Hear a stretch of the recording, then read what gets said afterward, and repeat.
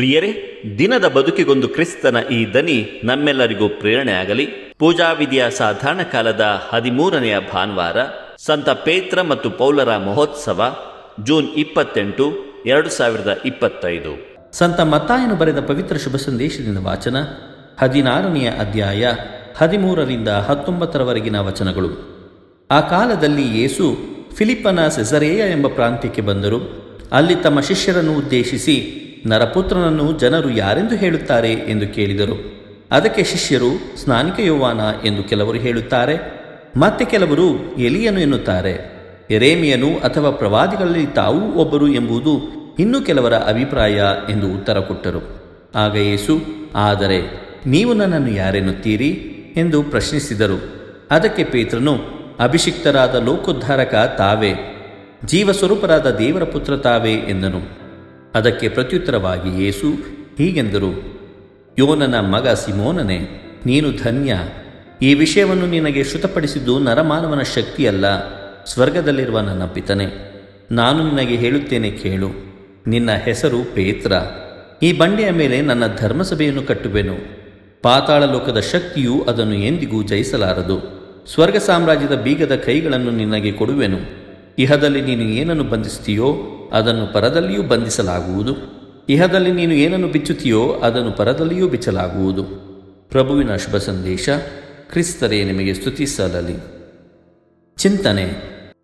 ಪ್ರಿಯರೇ, ಇಂದು ತಾಯಿ ಧರ್ಮಸಭೆ ತನ್ನ 2 ಆಧಾರ ಸ್ತಂಭಗಳಾದ ಸಂತ ಪೇತ್ರ ಮತ್ತು ಸಂತ ಪೌಲರ ಹಬ್ಬವನ್ನು ಬಹಳ ವಿಜೃಂಭಣೆಯಿಂದ ಆಚರಿಸುತ್ತಿದೆ. ಇಂದು ವಿಶ್ವದ ಎಲ್ಲ ಕಡೆ ಕ್ರೈಸ್ತ ಧರ್ಮ ಹರಡಿದೆ ಎಂದರೆ ಅದಕ್ಕೆ ಕಾರಣ ಕ್ರಿಸ್ತ ಆರಿಸಿಕೊಂಡ 12 ಮಂದಿ ಪ್ರೇಷಿತರು.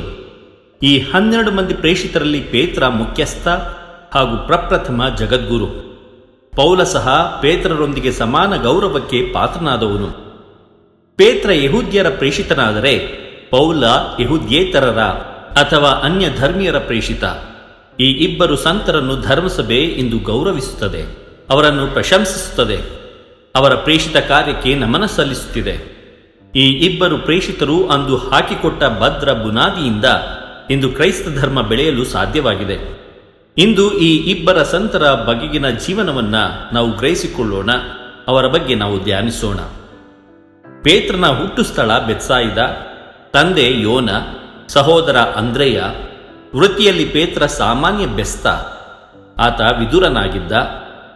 ಭಾವನಾತ್ಮಕ ವ್ಯಕ್ತಿತ್ವ ಪೇತ್ರನಲ್ಲಿ ಹಿಡಿತ ಸಾಧಿಸಿದರು. ಆತ ಒಂದು ರೀತಿಯಲ್ಲಿ ಬಂಡೆಯಂತಹ ಹಠವಾದಿ ಎಂದರೆ ತಪ್ಪಾಗಲಾರದು.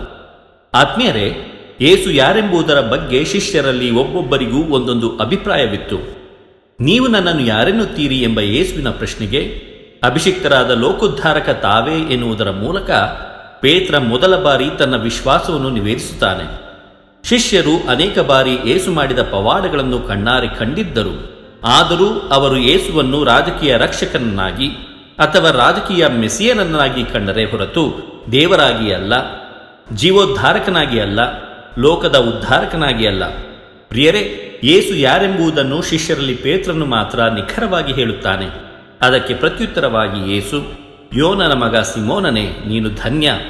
ಈ ವಿಷಯವನ್ನು ನಿನಗೆ ಶ್ರುತಪಡಿಸಿದ್ದು ನರಮಾನವನ ಶಕ್ತಿಯಲ್ಲ, ಸ್ವರ್ಗದಲ್ಲಿರುವ ನನ್ನ ಪಿತನೆ ಎಂದು ನುಡಿಯುತ್ತಾರೆ. ದೇವರು ಶ್ರುತಪಡಿಸಬೇಕಾದರೆ ನಮ್ಮ ಬದುಕು ಆಧ್ಯಾತ್ಮಿಕತೆಯಲ್ಲಿ, ಅಂದರೆ ದೇವರಲ್ಲಿ ಮಿಂದಿರಬೇಕು. ಪೇತ್ರನಲ್ಲಿ ಅದನ್ನು ನಾವು ಕಾಣಬಹುದು. ಆತ್ಮೀಯರೇ, ಯೇಸುವಿಗೆ ಪೇತ್ರನು ಆತ್ಮೀಯನಾಗಿದ್ದ ಎಂಬುದನ್ನು ಅನೇಕ ಸಂದರ್ಭಗಳಲ್ಲಿ ನಾವು ಪವಿತ್ರ ಗ್ರಂಥದಲ್ಲಿ ನೋಡಬಹುದು. ಯೇಸು ರೂಪಾಂತರ ಹೊಂದುವಾಗ, ಮೃತಳಾದ ಪುಟ್ಟ ಬಾಲಕಿಯನ್ನು ಜೀವಕ್ಕೆ ಎಬ್ಬಿಸುವಾಗ, ಗೆತ್ಸೆಮನೆ ತೋಪಿನಲ್ಲಿ ಯೇಸು ರಕ್ತದ ಬೆವರನ್ನು ಸುರಿಸುವಾಗ, ಈ ಎಲ್ಲ ಸಂದರ್ಭಗಳಲ್ಲಿ ಪೇತ್ರ ಯೇಸುವಿನೊಂದಿಗೆ ಇದ್ದ. ಹಾಗಾಗಿ ಯೇಸುವಿಗೆ ಪೇತ್ರನೊಬ್ಬ ವಿಶೇಷ ವ್ಯಕ್ತಿಯಾಗಿದ್ದ ಎಂದರೆ ತಪ್ಪಾಗಲಾರದು. ಯೇಸುವಿನ ವಿಶೇಷ ಆದ್ಯತೆಗೆ ಪಾತ್ರನಾದ ಯೋನನ ಮಗನಾದ ಸಿಮೋನ ಕೇಫಾ ಎಂದು ಕರೆಯಲ್ಪಡುತ್ತಾರೆ. ಅರಮಾಯಿಕ್ ಭಾಷೆಯಲ್ಲಿ ಕೇಫ ಎಂದರೆ ಬಂಡೆ, ಲ್ಯಾಟಿನ್ ಭಾಷೆಯಲ್ಲಿ ಪೇತ್ರೋಸ್. ಈ ಬಂಡೆಯ ಮೇಲೆ ನನ್ನ ಧರ್ಮಸಭೆಯನ್ನು ಕಟ್ಟುವೆನು, ಪಾತಾಳ ಲೋಕದ ಶಕ್ತಿಯು ಅದನ್ನು ಎಂದಿಗೂ ಜಯಿಸಲಾರದು. ಸ್ವರ್ಗ ಸಾಮ್ರಾಜ್ಯದ ಬೀಗದ ಕೈಯನ್ನು ಕೊಡುವೆನು ಎಂಬ ಯೇಸುವಿನ ಈ ಮಾತುಗಳು ಪೇತ್ರನ ಮಹತ್ವ, ಯೇಸು ಮತ್ತು ಪೇತ್ರರ ನಡುವಿದ್ದ ಆತ್ಮೀಯತೆಯನ್ನು ತಿಳಿಸಿಕೊಡುತ್ತದೆ. ಆದರೆ ಪೇತ್ರನಿಗೂ ಮಾನವ ಸಹಜ ದೌರ್ಬಲ್ಯದ ಕ್ಷಣಗಳು ಕಾಡಿದ್ದವು. ನಿಮ್ಮನ್ನು ಎಂದಿಗೂ ನಿರಾಕರಿಸಲಾರೆ ಎಂದು ಹೇಳಿದ ಪೇತ್ರ ಯೇಸುವಿನ ಯಾತನೆಯ ಸಮಯದಲ್ಲಿ 3 ಬಾರಿ ಯೇಸುವನ್ನು ಅಮಾನುಷವಾಗಿ ನಿರಾಕರಿಸುತ್ತಾನೆ. ತನ್ನಲ್ಲಿ ಹೆಚ್ಚಳ ಪಟ್ಟುಕೊಳ್ಳುವ, ಅತಿ ಆತ್ಮವಿಶ್ವಾಸ ಹೊಂದುವ ಎಂತಹ ಶಿಷ್ಯನಿಗೂ ವೈಫಲ್ಯ ಖಂಡಿತ ಎಂಬುದನ್ನು ತನ್ನ ಅನುಭವದ ಮೂಲಕ ಮನಗಂಡ ಪೇತ್ರ, ಪಶ್ಚಾತ್ತಾಪ, ಪ್ರಾಯಶ್ಚಿತ್ತ, ಮನ ಪರಿವರ್ತನೆಗಳೇ ದೇವರು ನಮಗೆ ಕಲಿಸಲಿಚ್ಛಿಸುವ ವಿನಯವಂತಿಕೆಯ ಪಾಠಗಳೆಂಬುದನ್ನು ಬೇಗನೆ ಅರಿತುಕೊಂಡರು. ಈ ನಿಮಿತ್ತ ಪುನರುತ್ಥಾನರಾದ ಯೇಸುವನ್ನು ಕಾಣಲು ಮತ್ತೊಮ್ಮೆ ಅವಕಾಶ ಗಿಟ್ಟಿಸಿಕೊಂಡು ಮುಂದೆ ಅವರ ಸಾಮಾನ್ಯ ಬದುಕು ಸಂತನ ಬದುಕಾಗಿ ರೂಪಾಂತರಗೊಂಡಿತು. ಆತ್ಮೇಲೆ ಕ್ರೈಸ್ತ ಧರ್ಮ ಕಂಡ ಅತ್ಯಂತ ಶ್ರೇಷ್ಠ ಧಾರ್ಮಿಕ ಮೇಧಾವಿ ಎಂದರೆ ಅದು ಸಂತ ಪೌಲ. ಅವರು ತಾರ್ಸುಸ್ ಎಂಬಲ್ಲಿ ಜನಿಸಿದರು. ಅವರ ಗುರು ಗಮಲಿಯೇಲ್. ಅವರು ಶಿಕ್ಷಣ ಪಡೆದದ್ದು ಯಹೂದ್ಯರ ಧಾರ್ಮಿಕ ಮುಖ್ಯ ಕೇಂದ್ರವಾದ ಜೆರುಸಲೇಮಿನಲ್ಲಿ. ಧರ್ಮಶಾಸ್ತ್ರವನ್ನು ಚಾಚೂ ತಪ್ಪದೆ ಪಾಲಿಸುತ್ತಿದ್ದ ಈತ ಅಪ್ಪಟ ಯಹೂದ್ಯ. ತನ್ನ ಧರ್ಮವನ್ನು ಉಳಿಸಿಕೊಳ್ಳಲು ಏನು ಬೇಕಾದರೂ ಮಾಡಲು ಸಿದ್ಧನಾಗಿದ್ದವನು. ತನ್ನ ಧರ್ಮ, ಜನರ ಅಸ್ತಿತ್ವವನ್ನು ಉಳಿಸಿಕೊಳ್ಳಲು ಜೀವ ತೆಗೆಯಲು ಮುಂಚೂಣಿಯಲ್ಲಿದ್ದವನು ಈ ಸೌಲ. ಅವರ ಅಸ್ತಿತ್ವಕ್ಕೆ ಅಡ್ಡಿಯಾಗಿದ್ದು ಆದಿಕ್ರೈಸ್ತರು. ಹಾಗಾಗಿ ಕ್ರೈಸ್ತ ಭಕ್ತಾದಿಗಳನ್ನು ಸೆರೆಹಿಡಿದು ಚಿತ್ರಹಿಂಸೆಯ ಕಾರ್ಯದಲ್ಲಿ ಸಕ್ರಿಯವಾಗಿ ತೊಡಗಿಸಿಕೊಂಡಿದ್ದ ಪೌಲ ಇಂತಹ ಚಿತ್ರಹಿಂಸೆಯ ಹಾದಿಯಲ್ಲಿ ಯೇಸುವಿನ ದರ್ಶನ ಪಡೆದು ತನ್ನ ಜೀವನದಲ್ಲಿ ಮನಪರಿವರ್ತನೆಗೊಂಡು ಹಲವಾರು ಸ್ಥಳಗಳಲ್ಲಿ ಕ್ರೈಸ್ತ ಸಭೆಗಳನ್ನು ಸ್ಥಾಪಿಸಿ ತಮ್ಮ ಪತ್ರಗಳ ಮತ್ತು ಭೇಟಿಯ ಮೂಲಕ ಕ್ರೈಸ್ತ ಜನರಲ್ಲಿ ವಿಶ್ವಾಸವನ್ನು ಬೆಳೆಸಿ ಯೇಸುವಿನ ರಕ್ಷಣಾ ಕಾರ್ಯದಲ್ಲಿ ತನ್ನನ್ನೇ ತೊಡಗಿಸಿಕೊಂಡು ಮುಂದೆ ಯೇಸುವಿಗೆ ಸಾಕ್ಷಿಯಾಗಿ ಪೌಲ ಮರಣವನ್ನಪ್ಪುತ್ತಾರೆ.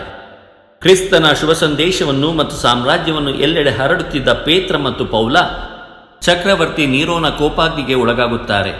ರೋಮ್ನಲ್ಲಿ ಪೇತ್ರನನ್ನು ತಲೆಕೆಳಗಾಗಿ ಶಿಲುಬೆ ಏರಿಸಿದರೆ ಪೌಲನನ್ನು ಶಿರಚ್ಛೇದನ ಮಾಡಲಾಗುತ್ತದೆ.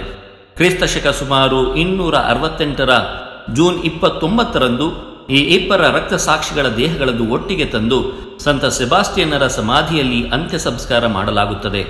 ಅಂದಿನಿಂದ ಇಂದಿನವರೆಗೂ ಜೂನ್ 29 ಸಂತ ಪೇತ್ರ ಮತ್ತು ಪೌಲರ ಹಬ್ಬದ ದಿನವಾಗಿ ಆಚರಿಸಲಾಗುತ್ತಿದೆ. ಆತ್ಮೀಯರೇ, ಈ ಇಬ್ಬರು ಮಹಾನ್ ಸಂತರು ಮೊದಲ ಹಂತದಲ್ಲಿ ಬಲಹೀನರು, ಅಂತ್ಯದಲ್ಲಿ ಬಲಾಢ್ಯರು. ಪೇತ್ರ ಯೇಸುವನ್ನು ಅಲ್ಲಗಳೆದ, ಪೌಲ ಕ್ರೈಸ್ತರನ್ನು ನಿಂದಿಸಿದ. ಕೊನೆಗೆ ಇಬ್ಬರು ಒಂದೇ ರೀತಿಯ ಮನಪರಿವರ್ತನೆಗೊಂಡು ಯೇಸುವಿನ ಮೇಲೆ ದೃಢ ವಿಶ್ವಾಸವಿಟ್ಟು ಯಹೂದ್ಯರಲ್ಲಿ ಕ್ರೈಸ್ತ ಧರ್ಮಸಭೆ ಬೆಳೆಯಲು ಹಾಗೂ ಯಹೂದ್ಯೇತರ ಪ್ರದೇಶಗಳಲ್ಲಿ ಧರ್ಮಸಭೆ ಹರಡಲು ಕಾರಣರಾಗುತ್ತಾರೆ. ಇಂದು ಈ ಇಬ್ಬರ ಸಂತರ ಹಬ್ಬವನ್ನು ಆಚರಿಸುತ್ತಿರುವ ನಾವು ಈ ಈರ್ವ ಸಂತರಿಂದ ಏನನ್ನು ಕಲಿತುಕೊಳ್ಳಬಹುದು? ಮೊದಲನೆಯದಾಗಿ, ಆತ್ಮದ ರಕ್ಷಣೆಗಾಗಿ ತಮ್ಮ ಬದುಕಲ್ಲಿ ಎಲ್ಲವನ್ನೂ ಕಳೆದುಕೊಂಡರು ಇವರಿಬ್ಬರು. ದೇವರನ್ನು ಎಲ್ಲಕ್ಕಿಂತ ಮಿಗಿಲಾಗಿ ಕಂಡು ಉಳಿದಿದ್ದೆಲ್ಲವನ್ನು ಕಸವೆಂದು ಪರಿಗಣಿಸಿದರು. ನಾವು ದೇವರಿಗಾಗಿ ಏನನ್ನು ಕಳೆದುಕೊಂಡಿದ್ದೇವೆ? ಎಷ್ಟು ಕಳೆದುಕೊಂಡಿದ್ದೇವೆ? ಎರಡನೆಯದಾಗಿ, ದೇವರ ಅನುಭವ ಅವರ ಬದುಕನ್ನೇ ಬದಲಾಯಿಸಿತು. ಬದುಕಿನ ಪರಿ, ಅದರ ಗುರಿ, ಅರ್ಥ, ಉದ್ದೇಶ ಎಲ್ಲವೂ ಒಂದು ಹೊಸ ತಿರುವನ್ನು ಪಡೆದುಕೊಂಡಿತು.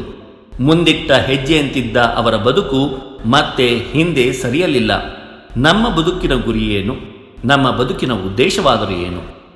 ಮೂರನೆಯದಾಗಿ, ಶಿಷ್ಯನೊಬ್ಬನ ವಿಶ್ವಾಸ ಗಾಢವಾದಷ್ಟು ಆತನ ವ್ಯಕ್ತಿತ್ವ, ಮೌಲ್ಯಗಳು ಪರಿಪಕ್ವತೆಯನ್ನು ಪಡೆದುಕೊಳ್ಳುತ್ತಾ ಕ್ರಿಸ್ತ ಕಂಡ ಶಿಷ್ಯನಾಗಲು ಸಾಧ್ಯ.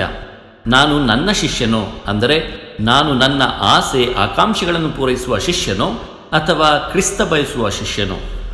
ನಾಲ್ಕನೆಯದಾಗಿ, ಆತ್ಮೀಯರೇ, ನಾಯಕತ್ವವಿರುವುದು ಅಧಿಕಾರದ ಚಲಾವಣೆಯಲ್ಲಿ ಅಲ್ಲ, ಬದಲಿಗೆ ದೀನ ಸೇವೆಯ ಆಳದಲ್ಲಿ.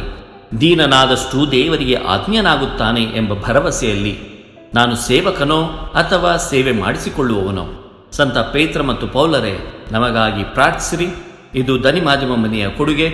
ಧ್ವನಿ ವಂದನೆಯ ಸ್ವಾಮಿ ಶಾಂತಕುಮಾರ್ ಜೆ, ಬೆಂಗಳೂರು ಮಹಾಧರ್ಮ ಕ್ಷೇತ್ರ. ಪ್ರಿಯರೇ, ಈ ಚಾನೆಲ್ ಅನ್ನು ಸಬ್ಸ್ಕ್ರೈಬ್ ಮಾಡಿ ಪ್ರತಿದಿನ ದೇವರ ವಾಕ್ಯವನ್ನು ಆಲಿಸುತ್ತಾ ಅದನ್ನು ಇತರರೊಂದಿಗೆ ಹಂಚಿಕೊಳ್ಳಲು ನಮಗೆ ನೆರವಾಗಿರಿ. ಧನ್ಯವಾದಗಳು.